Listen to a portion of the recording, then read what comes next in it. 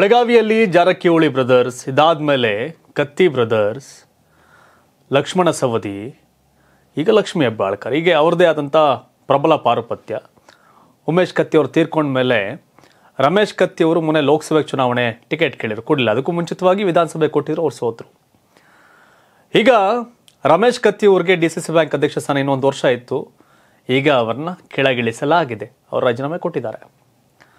ಬಾಲಚಂದ್ರ ಜಾರಕಿಹೊಳಿ ಇಲ್ಲ ಮೊದಲೇ ಮಾತುಕತೆ ಅಂತ ಕೊಡಲಾಗಿದೆ ಅನ್ನೋ ಮಾತು. ಆದರೆ ರಮೇಶ್ ಕತ್ತಿಯವರ ಇವತ್ತಿನ ಹೇಳಿಕೆ, ಆಡು ಮುಟ್ಟದ ಸೊಪ್ಪಿಲ್ಲ, ನಾವು ಹೋಗದ ಪಾರ್ಟಿ ಇಲ್ಲ ಅನ್ನೋ ದಾಟಿಯ ಹೇಳಿಕೆ.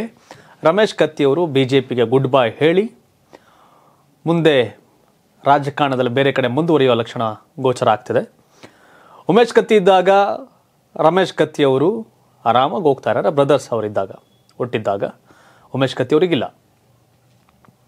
ಲೋಕಸಭೆ ಚುನಾವಣೆಯಲ್ಲಿ ಕೂಡ ಟಿಕೆಟ್ ಕೇಳಿದ್ರು, ಚಿಕ್ಕೋಡಿಗೆ ಸಿಗಲಿಲ್ಲ. 2009 ಇವರೇ ಸಂಸದರು ಅಲ್ಲಿ ರಮೇಶ್ ಕತ್ತಿ. ಅಣ್ಣಾ ಸಾಹೇಬ್ ಜೊಲ್ಲೆ ಟಿಕೆಟ್ ಸಿಕ್ತು, ಅವ್ರು ಚುನಾವಣೆ ಸೋತರು.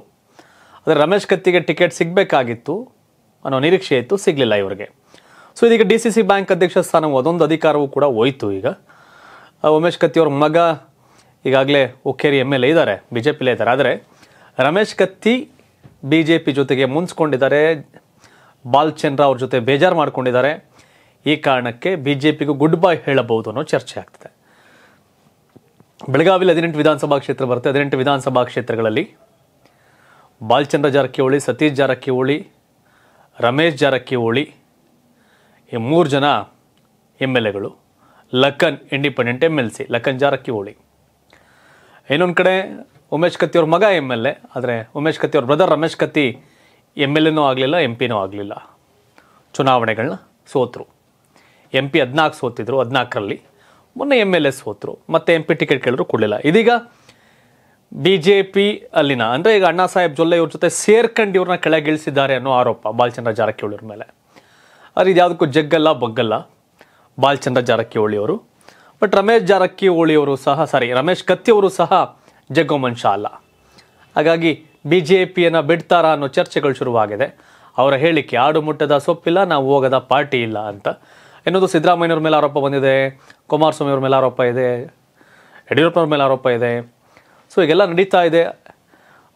ಸದ್ಯದ ರಾಜಕೀಯ ಬೆಳವಣಿಗೆಯನ್ನು ಉಲ್ಲೇಖ ಮಾಡಿ ಎಲ್ಲರೂ ಅದೇ ಕತೆ ಅನ್ನೋ ದಾಟಿಯ ಹೇಳಿಕೆಯನ್ನು ಕೊಟ್ಟು BJPಗೆ ಬಾಯ್ ಹೇಳುವಂಥ ಸಾಧ್ಯತೆ ದಟ್ಟವಾಗಿದೆ.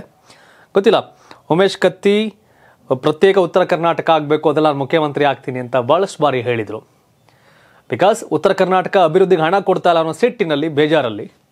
ಬಟ್ ಅವ್ರು ಇವತ್ತು ನಮ್ಮ ಮುಂದಿಗಿಲ್ಲ. ಆದರೆ ಉಮೇಶ್ ಕತ್ತಿ ಅವ್ರ ರೀತಿ ದೀರ್ಘಕಾಲ ಚುನಾವಣಾ ರಾಜಕಾರಣದಲ್ಲಿ ಗೆದ್ದವರಲ್ಲ. ಹಾಗಾಗಿ ಮುಂದೆ ಅವ್ರ ನಿಲುವೇನಾಗಿರುತ್ತೆ ಅಂತ ನೋಡಬೇಕು. ತಮ್ಮ ಅಭಿಪ್ರಾಯ ಏನು ರಮೇಶ್ ಕತ್ತಿ ಅವರ ವಿಚಾರದಲ್ಲಿ? ಮುಂದಿನ ನಡೆ ಏನಾಗಿರುತ್ತೆ? ನಿಮ್ಮ ಅಭಿಪ್ರಾಯವನ್ನು ಕಾಮೆಂಟ್ ಮಾಡಿ ತಿಳಿಸಿ. ಧನ್ಯವಾದ. ಇದು ಕರ್ನಾಟಕ TV, ಕನ್ನಡಿಗರ ಧ್ವನಿ.